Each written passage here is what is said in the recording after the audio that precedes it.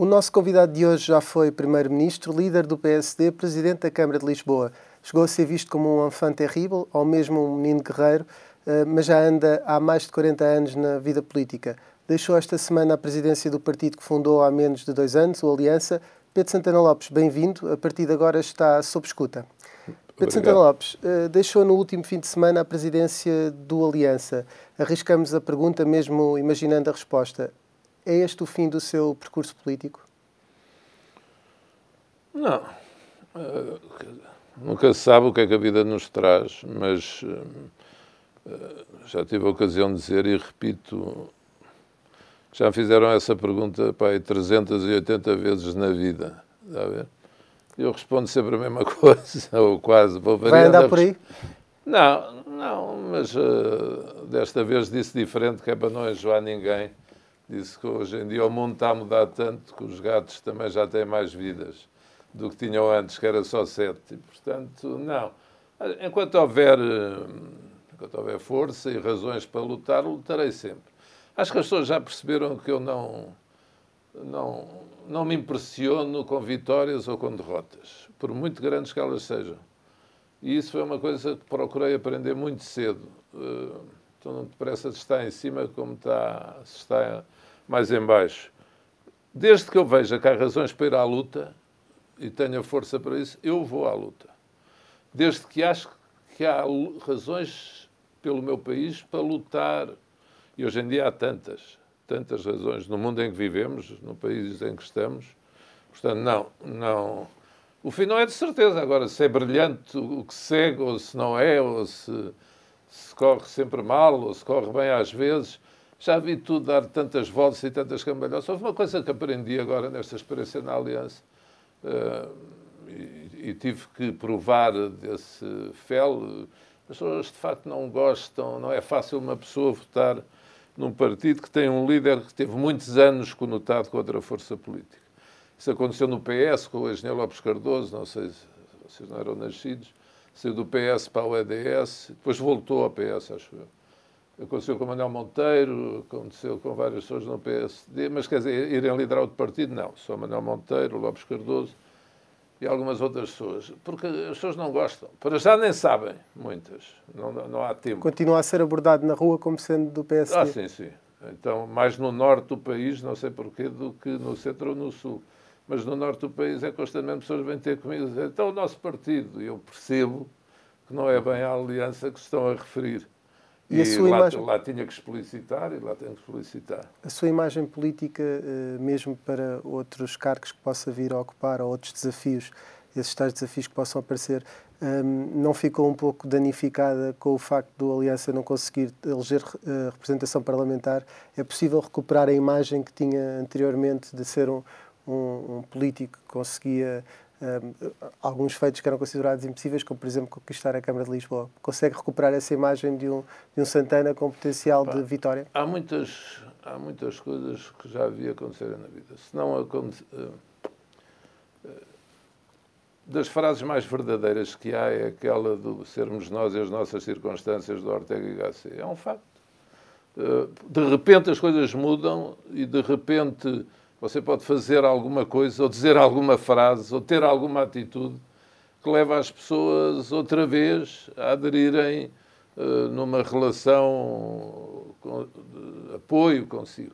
E aqui é extraordinário. Esta experiência tem-me feito pensar muita coisa, porque, por exemplo, eu cheguei à conclusão foi de que, pela razão que disse e não só, eu, como líder da Aliança, não era bom para a Aliança. Se era bom para mim ou não é outra questão, mas para a Aliança também não. Porque a Aliança precisava de ter alguém, por várias razões, que não tivesse essa notoriedade de ligação a uma cor, o laranja, neste caso. O Paulo Bento tinha essa ligação, mas não tem a notoriedade dessa ligação. E, portanto, foi um exame muito calmo, sereno, que fiz. E logo, em dezembro, eu pedi um congresso, onde eu tive poucas dúvidas que era a melhor solução para a Aliança. Agora, diga. Deixa-me pegar nessa reflexão que faz. Arrepende-se hoje de ter saído do PSD para o fundo da Aliança? Não, isso não. Mas não é por teimosia ou por orgulho tonto, ou seja o que for, por nenhum sentimento menor. Não, quanto mais penso nisso, mais mas sei porque é que saí e nunca senti dizer assim, fiz mal por isto, por isto, por isto e por aquilo. Não, acho que fiz aquilo que devia fazer. E depois não correu bem. O passo seguinte que dei não correu bem. Agora espero que a Aliança encontre um tempo novo, um rumo novo, e que acho que vai acontecer. Porque hoje em dia, como eu também já disse, a vida está mais para posições extremadas, ou então para candidatos imprevistos, com um estilo nunca antes visto, veja o LIVRE, pronto, foi assim um género, mas que deu o que deu. Depois temos o Chega, que a ver vamos, e a Iniciativa Liberal foi um caso extraordinário, não de, eu quase diria, não de vitória política, mas de vitória de comunicação. É um caso... Eu lembro-me que quando foi na campanha, eu ia ali a chegar ao Saldanha e vi aquele cartaz do que era o António Costa e os impostos. E pensei, bem... Quer dizer, às tantas ou transformava aquilo numa luta de agências de comunicação ou era impossível. E nós, no caso da Aliança, nem sequer dinheiro tínhamos para isso. Pois às vezes não chega só o dinheiro, é preciso ser-se feliz no produto. Portanto, são circunstâncias especiais. Eu criei um partido com outros, chamemos-lhe generalista. Um partido que tentou falar da saúde e da coesão territorial e dos impostos e do crescimento. Um partido tradicional que não resultou no tempo de hoje. E é impossível resultar sem televisão. Mas impossível. Eu fiz uma campanha, não é só sem televisão, eu sei as dificuldades dos órgãos de comunicação, em que dos milhares de quilómetros que fiz, ou dos 2 meses e meio que tive, eu tive imprensa, a não ser imprensa regional, 2 vezes. E, portanto, foi andar pelo país sozinho. E você não tem televisão. Se você olhar no Brasil, por exemplo, países como o Brasil e não só, pode pagar publicidade na televisão. Nos Estados Unidos também há muita televisão. Cá nem pagar pode. E até há a regra quase kafkiana nas redes sociais, dizer a um mês de eleições você já não pode fazer promoções. Que é supostamente uma maneira de defender quem não tem dinheiro. Mas quer dizer, alguns só têm dinheiro para isso. Está a ver? E para não favorecer quem tem muito dinheiro, que faça muita promoção nas redes. Portanto, você não pode fazer promoção nas redes, não tem televisão.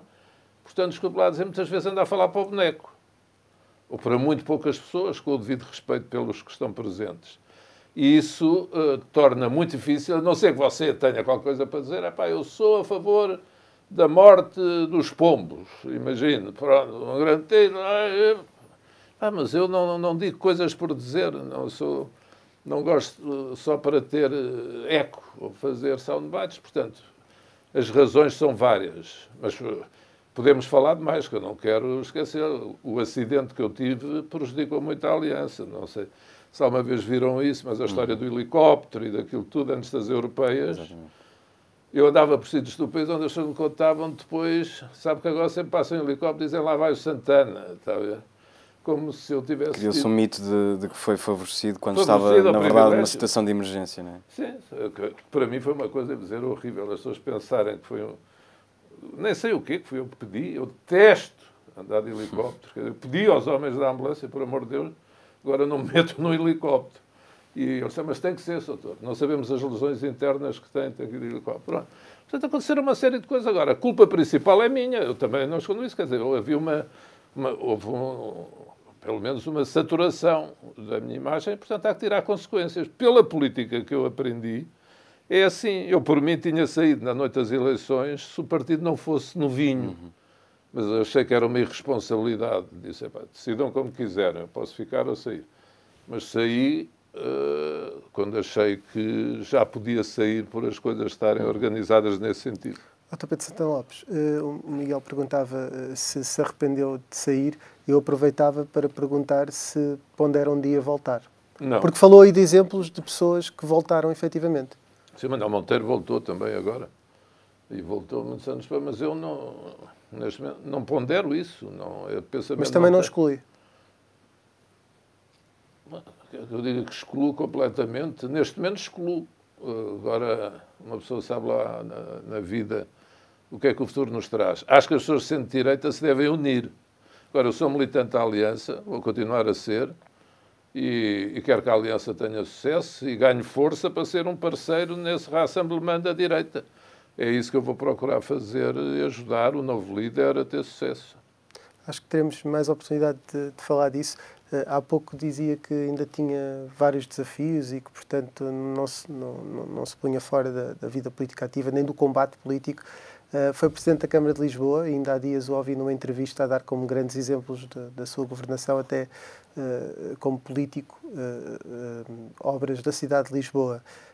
Se Rui Rio o convidasse para ser o candidato à Câmara de Lisboa nas próximas autárquicas, federando a direita em Lisboa, aceitaria? Não. Não está nas minhas intenções nem nos meus propósitos voltar a funções que já tenho exercido. A única exceção que abriria, se pudesse, era a Figueira da Foz, por razões sentimentais, mas também não vou. Mas não é que não tenha sentimentos em relação a Lisboa. Mas estou num ciclo diferente, quer dizer, acho que não se deve voltar sequer a pôr a questão, porque já há 20 anos que se fala no meu nome para Lisboa outra vez. É revelador? Pronto, talvez seja reveladora, por um lado é gratificante, mas quer dizer, mas não vou. Gosto de fazer o que estou a fazer agora. Tive uma vida política, de facto, muito intensa até hoje. Acho que preciso de um tempo agora longe dessas disputas. Creio que está a passar 5 anos, acho que já lá iremos a seguir. Mas já agora que estamos a falar de Lisboa, quem é que daria um bom candidato da direita para derrotar Fernando Medina? Não vou entrar nisso. Não há nomes que... Não sei. Com a franqueza não tenho pensado nisso e não vou entrar nisso. Não vou sugerir nome nenhum, que isso dá logo uma algazarra tremenda. Paulo Portas foi lançado. Já vi. É isso mesmo que eu não quero fazer. Não quero lançar ninguém. Eu, quando me lanço meu. Falando um bocadinho sobre o momento político atual e recuperando muito do que foi defendendo ao longo destes últimos tempos, criticou muito a atual liderança do PSD por uma suposta e manifesta vontade de dar a mão a António Costa. Mas a verdade é que o Rui Rio tem vencido as eleições internas com esse programa. É isso que as bases do PSD e do centro-direita, para desfocar um bocadinho da questão do PSD, pedem hoje? É isso que se espera de um partido de centro-direita hoje? Acho que não. O que é que viabiliza o governo de António Costa? Acho que não. O que quer dizer? Há aqui dois planos. Eu acho que uma crise política neste momento é impensável. E acho que o Primeiro-Ministro, quando disse que se o governo dependesse do PSD era sinal que tinha acabado, acho que foi uma frase um bocadinho, talvez, exagerada, pouco cuidadosa para a crise que vivemos. E o Presidente da República também disse que o Governo devia viabilizar o orçamento à esquerda. Eu acho que neste momento o Governo tem que viabilizar o orçamento, seja onde for, porque é do interesse nacional, óbvio, com a Presidência Europeia, o facto do Presidente não poder dissolver a Assembleia, pelo menos até junho do ano que vem, temos de ter um Governo em plenitude de funções. Agora, vamos vendo os sinais. Vi o Dr. Marcos Mendes falar em início do fim do ciclo político. Vi ontem 2 ministros falarem de presidenciais quando o Primeiro-Ministro não quer que se fale. Vamos vendo os sinais. Agora, até junho do ano que vem, pelo menos, penso que o país é uma questão patriótica, básica, sentido elementar de responsabilidade. Temos de ter um governo em plenitude de funções. Portanto, acho que ninguém se pode pôr de fora de ter que viabilizar, apesar de, naturalmente, a responsabilidade maior ser da esquerda e do Bloco de Esquerda. Só que, na minha perspectiva, tão grande peso em cima do Bloco, eu acho que é contraproducente para aquilo que interessa ao país neste momento. Porquê? Porque as exigências do Bloco são aquelas que serão coerentes com o seu programa. E aquilo que é coerente com o programa do Bloco, na minha opinião, não é o mais adequado ao interesse do país. Portanto, deixa-me ver se percebi. Entendo que o melhor neste momento seria que o PS e o PSD chegassem a um entendimento? Para o orçamento, sim, ou o PSD, ou um conjunto de partidos mais moderados que o viabilizassem. Até o PCP. O PCP é mais moderado que o Bloco? Olha mais apesar de tudo, olha mais à realidade e tem um certo sentido de responsabilidade que pode levar a soluções diferentes. Portanto, neste momento vejo isso com preocupação e acho que os responsáveis do país devem abster de como é que lhe dizer, de proclamações definitivas. Só há uma regra que não pode admitir beliscadura. Temos que ter um governo em plenitude de funções e com orçamento aprovado. Portanto, a partir daqui, os líderes que estão no Parlamento, isso não invalida a negociação, mas não podem ouvir também o Nuno Moraes Sarmento falar na televisão ontem. Eu percebo a posição do PSD, porque essa posição do Primeiro-Ministro foi um bocadinho radical. Mas é preciso serenidade e maturidade e eu acho que vai acontecer, acho que vai passar o orçamento. E isso é também porque não é possível dissolver a Assembleia neste momento? Claro. Portanto, é um coquetel explosivo. Não se pode dissolver a Assembleia. A presidência da União Europeia. Como é que é possível? E o PSD compreenderia bem? Não, para além da situação que vivemos, não é? Portanto, é um coquetel, uma pandemia. Quer dizer, eu acho que um louco que precipita o país, que toma uma decisão que sabe que vai precipitar o país numa crise política. É impensável e aí acho que o Presidente da República tem explicado bastante bem. E o PSD compreenderia isso? As bases, mesmo as suas estruturas dirigentes, que Rui Rio desse a mão a António Costa? Isso é um assunto do PSD, eu não me quero meter nisso, só estou a dizer o que é que acho que deve acontecer. E o eleitorado? Agora, estou convencido que o eleitorado em geral percebe isso. Estou plenamente convencido. O que não perceberia seria uma crise política. Agora, com certeza, não é a mesma coisa aprovar um orçamento com o Bloco ou com o PSD ou outro partido. Ser o mesmo orçamento em qualquer dos casos é um bocadinho complicado, não é? É por isso que não se deviam ter fechado portas, mas a emergência da situação atual obriga a deixar as portas todas abertas, ou quase todas.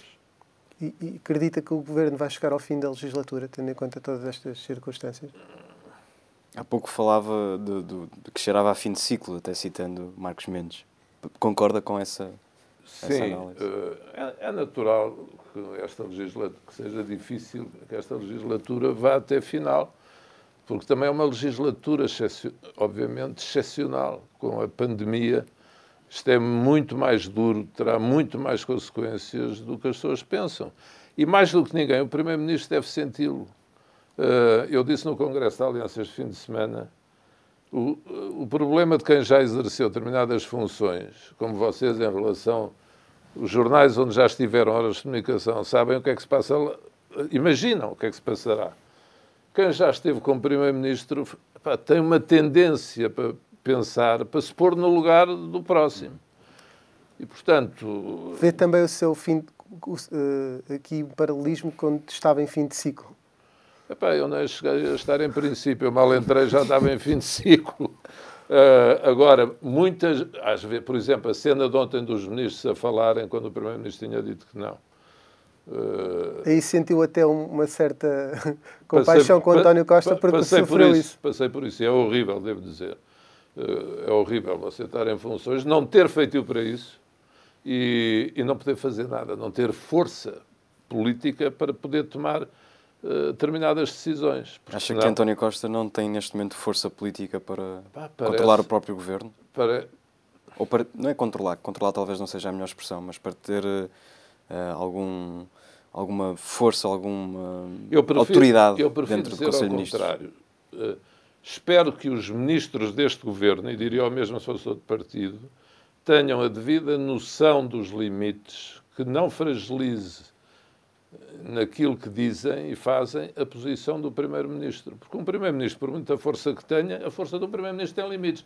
Se os ministros decidem começar a disparatar e a dizer coisas que não devem, é muito difícil. De facto, António Costa não tem maioria absoluta.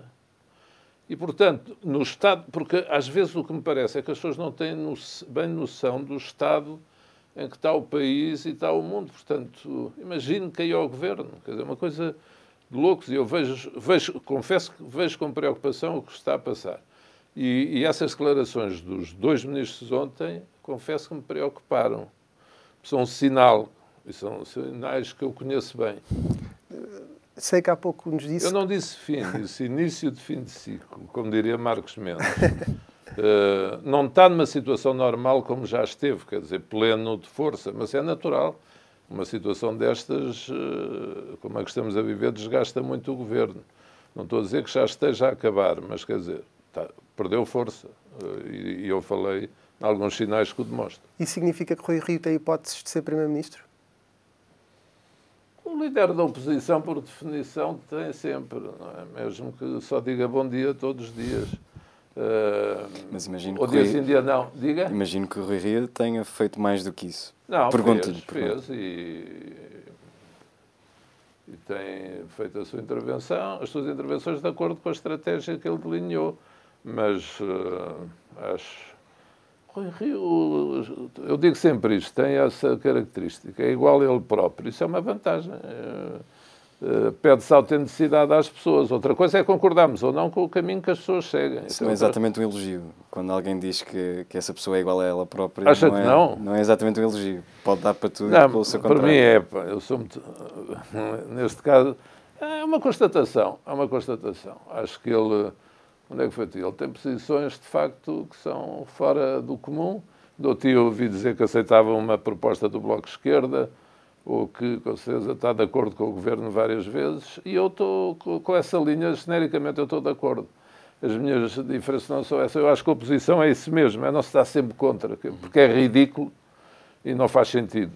E, portanto, com certeza que Rui Rio, agora não quer dizer que ele vai ser ou não vai ser, não quer falar mais de Rui Rio. Não, para terminar, eu sei que, para terminar a questão PSD, porque sei que não quero comentar a vida interna do PSD, mas é um ex-líder e tem essa propriedade para fazê-lo. Eu gostava só de fazer uma última pergunta sobre o PSD, que é, se vê que na sucessão de Rui Rio há pessoas preparadas para que o PSD tenha bons resultados nos próximos anos. Isso era importante quando voltasse a existir diretas, que Rui Rio tivesse oposição.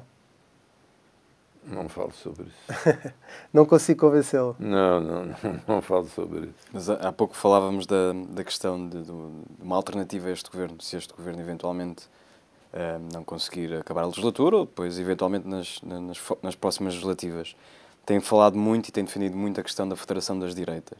E quando falamos de uma alternativa ao PS, ao governo PS, coloca-se sempre a questão com que maioria a direita pode governar. Claro. Entende que essa maioria pode contar com o Chega, por exemplo? Vamos ver. Antes de mais, deixa-me só dar uma palavra, não vou fugir à sua pergunta. Em relação àquilo que eu disse há pouco sobre a Aliança, eu espero mesmo que a Aliança se afirme antes de mais. O novo líder da Aliança, gostava de dizer, é um homem acima de tudo íntegro, honesto, irrepreensível, é uma pessoa inteligente e muito experiente politicamente. E quero dar esta palavra, que espero que ele faça parte dessa solução do centro-direita, o Paulo Bento. E as pessoas vão conhecê-lo agora mais. Quanto ao Chega, há duas questões. Eu acho que o centro-direita tem tanto direito, passo o termo, a coligar-se com o Chega como o PS com a extrema-esquerda. Com toda a franqueza, não faço aí diferença nenhuma. Outra coisa é eu marcar bem a diferença. Eu, por exemplo, não consigo perceber como é que há pessoas que podem ser militantes da Aliança e do Chega no espaço de um mês, a não ser que tenham passado por uma profunda transformação interior que deviam explicar. Portanto, não tem nada a ver, de facto. Quer dizer, isto não tem que ver com o André Ventura, que eu conheço minimamente. Mas utilizou a expressão antidemocrático, o Chega, e algumas referências, embora não diretas, que podia haver ali umas inspirações fascistas. O Chega é um partido fascista. Quem? Eu? Sim, quando falou. Não, o que eu disse foi, se o Chega tivesse posições defensoras ou do nazismo ou do fascismo, então estava fora de questão qualquer hipótese de coligação. Outra coisa é ser um partido que é chamado hoje em dia de extrema-direita. A família Senhora Le Pen também diz que é democrata. Não diz que não é democrático.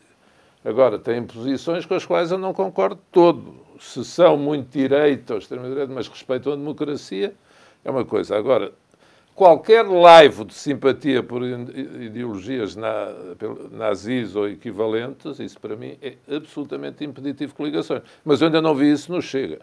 Concorda então? Não vi, portanto, não ponho nesse saco. Mas concorda então com o Rui Rio que é preciso o Chega mudar e não ter essa deriva para que possa integrar essa coligação de direita? Eu li outro dia nos jornais que o militante que propôs aquela moção horrível no Chega sobre as mulheres, não sei o que tinha sido da Aliança. Foi diretor de campanha da Aliança no Algarve. No Algarve. Pronto, fiquei a saber. Portanto, os partidos, às vezes, entram pessoas... E a líder distrital também faz parte do Chega. Quem? Era, na altura, líder distrital no Algarve. Ah, é? Olha, não sabia. E, portanto, eu não sei até que ponto é que o André Ventura... Já lhe ouvi várias declarações de incómodo com forças que no interior do partido procuram boicotar ou agitar. Portanto, não sei ao certo o que é que se passa lá dentro. Agora, há várias posições do André Ventura, ele próprio, com as quais eu não concordo. De todo, sobre etnias, sobre considerações desse tipo, ou perseguições a pessoas cuja situação já foi clarificada pela Justiça, são coisas que me afastam. Agora, excluir de toda uma coligação... Se calhar Rui Rio está certo nisso que diz. Vamos ver se o Chega se modera ou se radicaliza. Agora, a mesma coisa eu podia dizer em relação ao Bloco de Esquerda. Eu queria pegar nisso. Acha que são comparáveis, Bloco de Esquerda e Chega? Não, eu não digo isso. Cada um é o que é. E, portanto, não quer comparar os dois partidos. Agora... Mas está a fazê-lo quando diz que é tão aceitável ao PS coligar-se com o Bloco? Vamos lá ver. É a mesma coisa. O Bloco de Esquerda resulta de fusão de ideologias trotskistas, marxistas, que são ideologias que, em princípio, não defendem a democracia representativa. No entanto, o Bloco converteu-se ou aceitou o jogo da democracia. O Chega diz que é o mesmo, André Ventura diz que é democrático. Agora, o Chega tem que dar mais provas do que já deu o Bloco. Acho eu, mas não os comparo, porque sei que isso é ofensivo para qualquer um deles, portanto, não os quero comparar.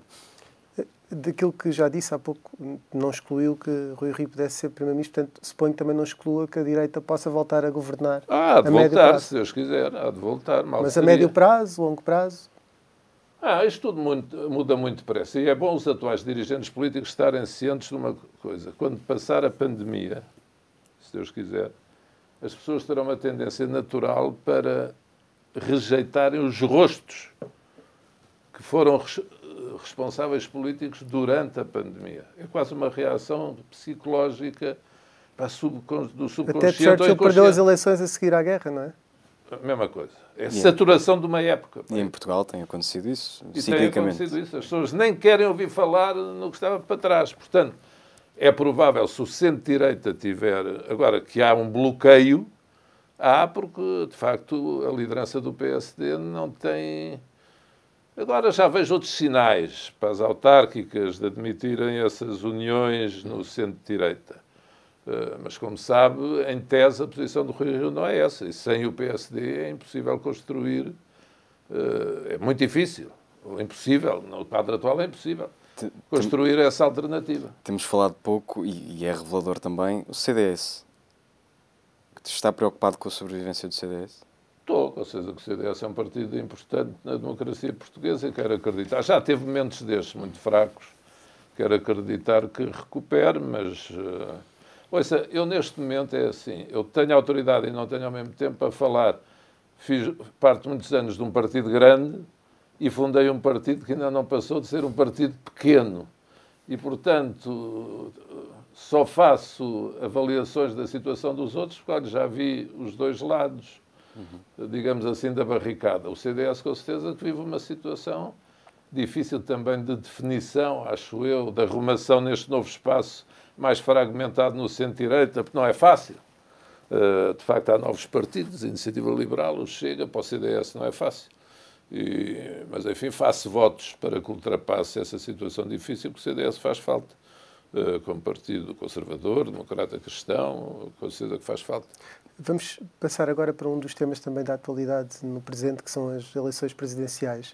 Temos curiosidade para saber se vai apoiar Marcelo Rebelo de Sousa. Ainda não sei. Para já quero ouvir o próprio quando apresentar a sua candidatura. E pronto, agora que eu encerrei este processo de deixar a liderança da Aliança, confesso que ainda deu algum trabalho, alguma preocupação, não queria sair sem as coisas minimamente arrumadas.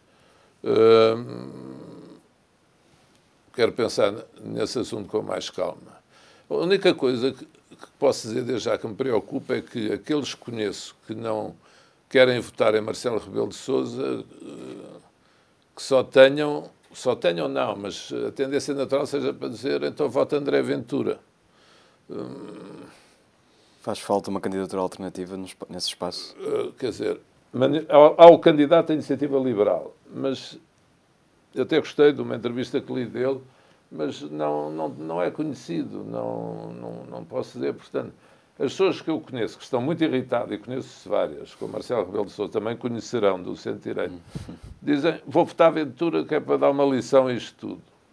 Isso confesso que me preocupa, porque se André Ventura de facto fica com muita força, isso é uma reestruturação do centro-direita num sentido que poderá dificultar a formação dessa tal alternativa. Portanto, eu gostaria de facto que houvesse alguém mais conhecido a partir de onde as pessoas pudessem ir votar, como a esquerda tem. A esquerda pode escolher de Marisa Matias, Ana Gomes, João Ferreira e vamos ver mais quem, não é? Agora, Marcelo, vivemos uma época em que há uma expressão que é muito importante, sentido de responsabilidade. E, portanto, naturalmente que eu sei bem, irei avaliar o que é que representa a opção de cada um de nós para poder haver segunda volta ou não. Mas também lhe confesso, nunca gostei da chantagem da segunda volta, dizer assim, ou apoia tudo, lembro quando era o professor Cavaco, ou apoia tudo o professor Cavaco, ou há o perigo da segunda volta e o candidato do centro-direita. Então, o centro-direita nunca pode levar mais que um candidato porque corre sempre esse risco. É o fantasma de 86, não é? É, sem dúvida nenhuma. E o centro-direita tem razões para estar zangado com Marcelo Rebelo de Sousa? Eu percebo algumas razões de zanga. Vou fazer a pergunta ao contrário, permita-me. Diga? Vou fazer a pergunta ao contrário, mais pessoal. Estás iludido com o mandato de Marcelo Rebelo de Sousa? Não. Eu conheço muito bem Marcelo Rebelo de Sousa há muitos anos e, portanto, não me desiludiu. Isso é uma não resposta. Está bem, mas não me desiludiu. Eu não tive dúvidas. Quer dizer, nunca pensei que houvesse tanto esta parte mais afetiva dele, pessoal, das selfies e dos bem. Nunca pensei que ele fosse tanto por aí. Não desiludiu porque as expectativas já eram baixas, é isso? Diga? Não desiludiu? Não. Nunca podiam ser baixas. Marcelo Rebelo de Sousa é um homem brilhante, inteligentíssimo. Agora que ele ia surpreender tudo e todos, não tenho dúvidas. Que ia ser heterodoxo, não tinha dúvidas. Que ele se ia dar bem com o governo PS, não tinha dúvidas. Que ele ia irritar a direita, não tinha dúvidas. Sempre vi Marcelo irritar a direita, irritar o PSD durante décadas. A não ser quando ele foi líder, e mesmo assim irritava às vezes. E correu muito mal a liderança Não de Marcelo. correu bem também. Portanto, não me desiludiu. Marcelo fez muito bem ao país, num lado da autoestima, da aproximação das instituições, isso ele fez muito bem. Depois, há uma direita que está desiludida com ele, quer dizer, quando Marcelo diz que não leva o cidadão para a sua função, isso é uma concepção complicada da representação. Ou seja, em relação a matérias importantes, imagina a eutanásia, as outras, em que Marcelo diz eu não posso impor aqui as convicções do cidadão Marcelo Rebelo de Sousa. Então, quem é que os pessoas escolhem quando votam? Escolhem um presidente ou uma pessoa que vai ser presidente? Aí está abdicado um magistério de influência. Diga? Aí está abdicado um magistério de influência que devia ter como figura... Em certa medida também.